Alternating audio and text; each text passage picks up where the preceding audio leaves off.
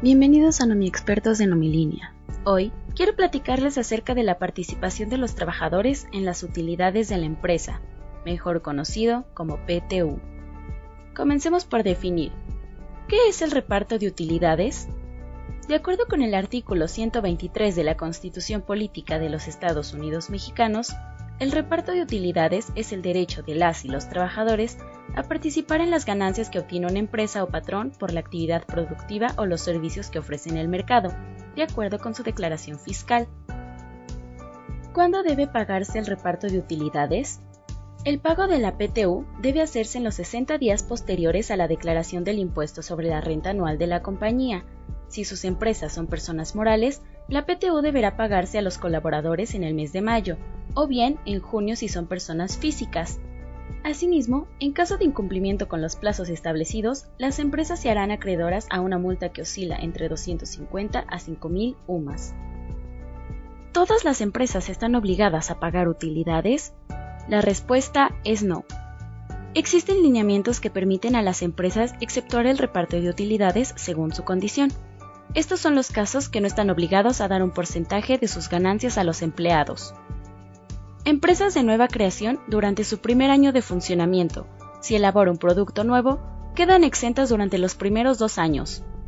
Empresas mineras de nueva creación durante el periodo de exploración, es decir, cuando no hay beneficio.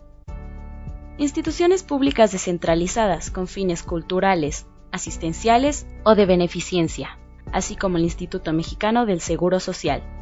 Empresas que generan un ingreso anual declarado para el ISR menor a 300,000 pesos. ¿Quiénes tienen derecho al reparto de utilidades?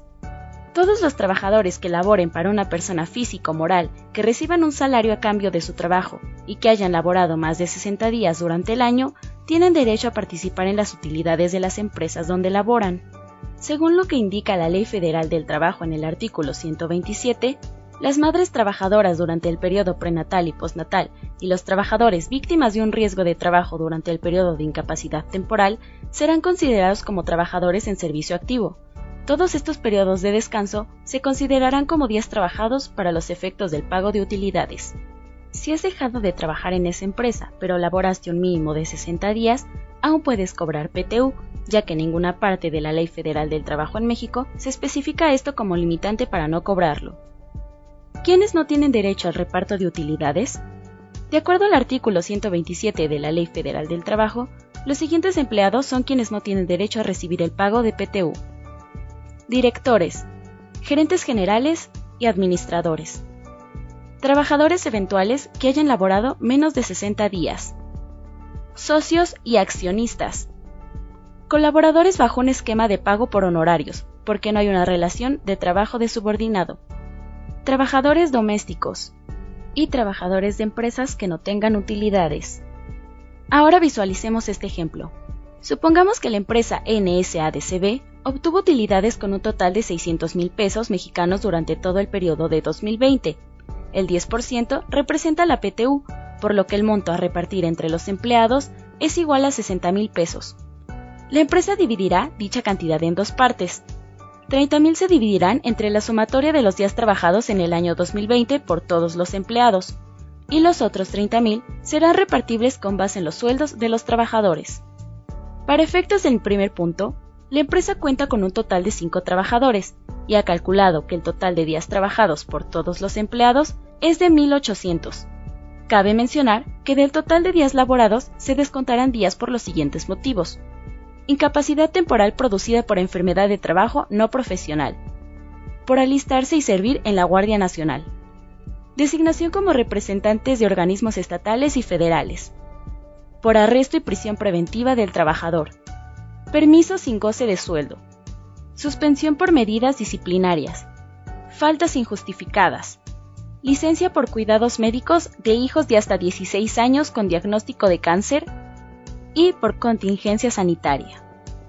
Tomando en cuenta estos datos, se dividirá la utilidad entre los días laborados, lo que nos dará la utilidad por día trabajado. Este resultado es conocido como el factor por días trabajados. Una vez que sabemos el factor, lo multiplicaremos por los días laborados de cada trabajador.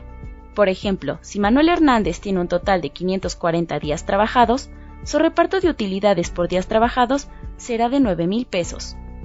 Ahora centrémonos en el segundo punto.